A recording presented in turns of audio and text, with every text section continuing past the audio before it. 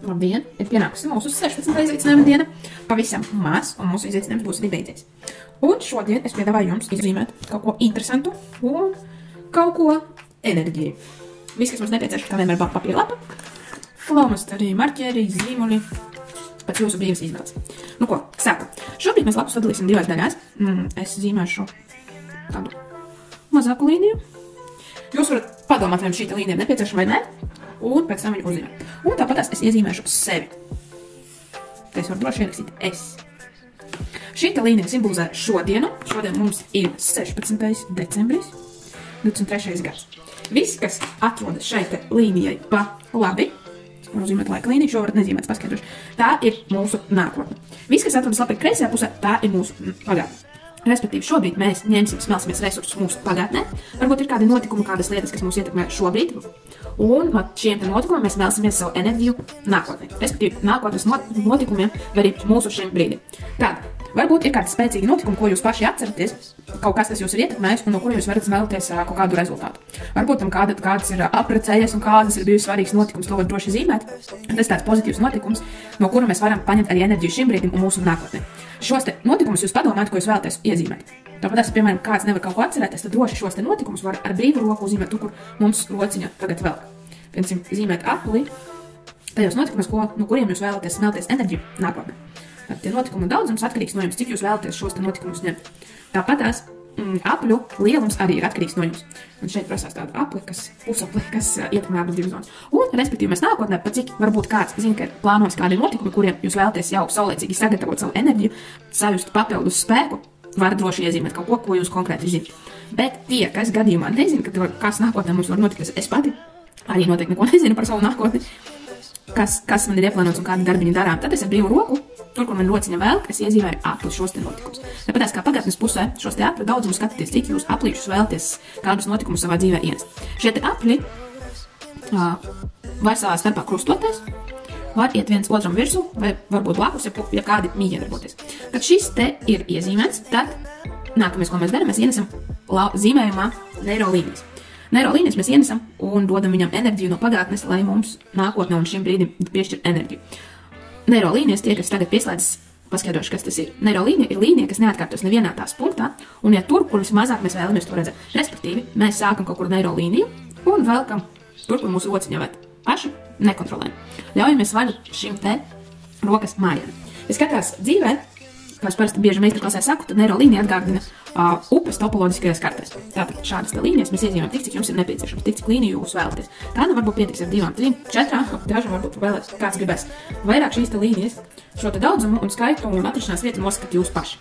Kad līnijas ir sadalītas, man šobrīd liekas, ka man pietiek, tad nākamais punkts, ko mēs darām, mēs katru aso stūrīti, katru krustpunktu noapuļojam. Tie, kas tagad tikai pieslēdzas, paskaidrošu, kad neirografikā aso stūrīšus mēs noapuļojam šādā te veidā.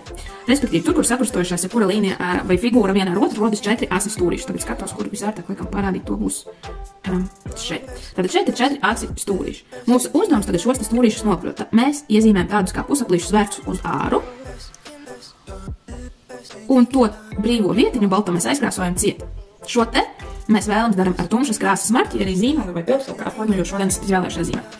Un tādā veidā mēs visus asos punktus, līniju krustpunktus vai figūru krustpunktus noapuļojam. Šādā veidā mums rodas jauni neironu savienojumi, jaunas saites, jaunas domas, jaunas idejas. Mēs liekam savām smadzenēm nedaudz pasvīst un nedaudz padarboties vairāk kā parasti.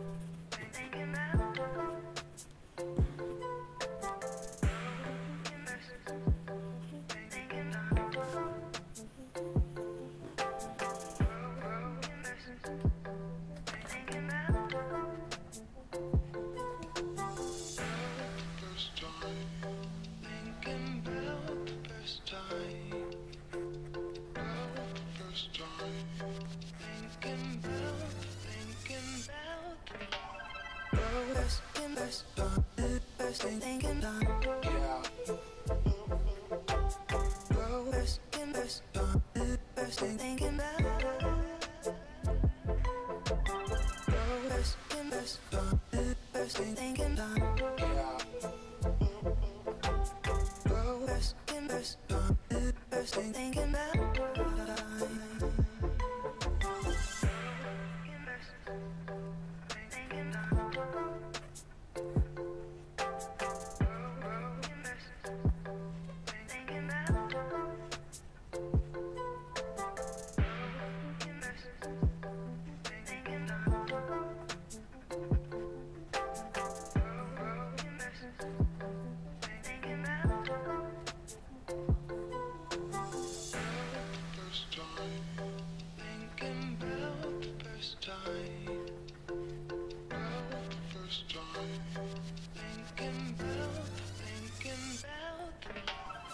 Esam visu aizkrāsojuši, un nākamais punkts, ko mēs darām, mēs aizkrāsojam šo te zīmēm.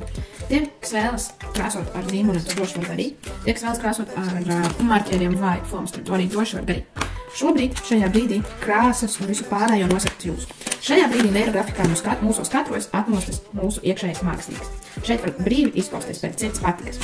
Tātad ņemam šodien krāsošo zīmolīšanu, ņemam krāsiņu, un vienīgais punkts, kas ir jāatcerās, kam ir jādod vērība, ir tas, ka vienā krāsā mēs krāsojam vismaz 2-3 krāsu laukumus. Parādīšu, tātad mums ir viena krāsa rozā. Šādi te mēs nevaram atstāt. Mums ir jāizkrāso vismaz 2-3, protams, arī vairāk varēs krāsot, ja vēlaties. Krāsu laukumiņu vienā krāsā. Es aizkrāsošu visu aplīti vienā krāsiņā. Un tas ir arī viss. Ja kāds vēlas eksperimentēt, tad droši var arī ēniņas ielikt zīmējumā.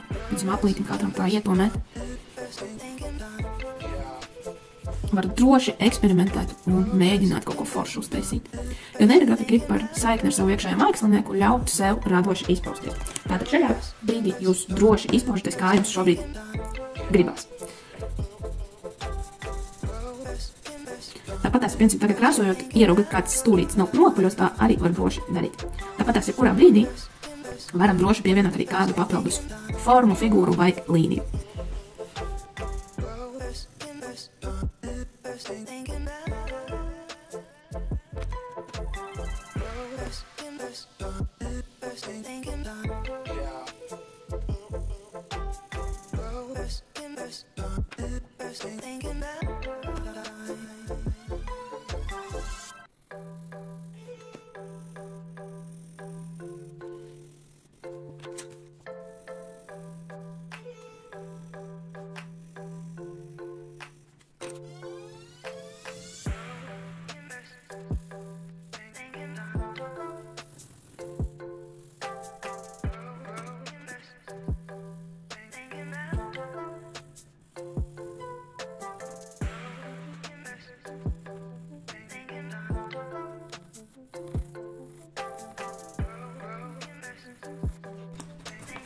Nu ko, esam aizkrāsoši mūsu darbiņu. Nākamais, ko mēs darām, mēs nofiksējam rezultātu, ko mēs vēlamies no šī te darbiņa sari.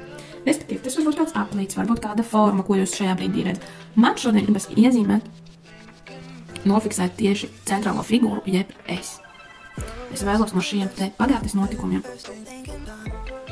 un arī saviem nākotnes notikumiem ievērību likt tieši uz sevi. Kad manī ir pietiekami daudz enerģijas, lai es spētu šos te savus nākotnes notikumus enerģiski uztvert un enerģiski sagaidīt. Un tāpat tās mēs iezīmējam kādas 2-3 lauka līnijas, kas arī ir domātas tam, lai mēs saņemtu vairāk enerģijas mūsu šīm te zīmēm, mūsu vēstījumu, ko mēs vēlamies caur viņu saņemt. Respektīvi, šīs te lauka papildus līnijas dod papildus enerģiju no kosmosa, dieva, kurš no kuram tic, lai mūsu nodoms izpildītos vislabākajā veidā.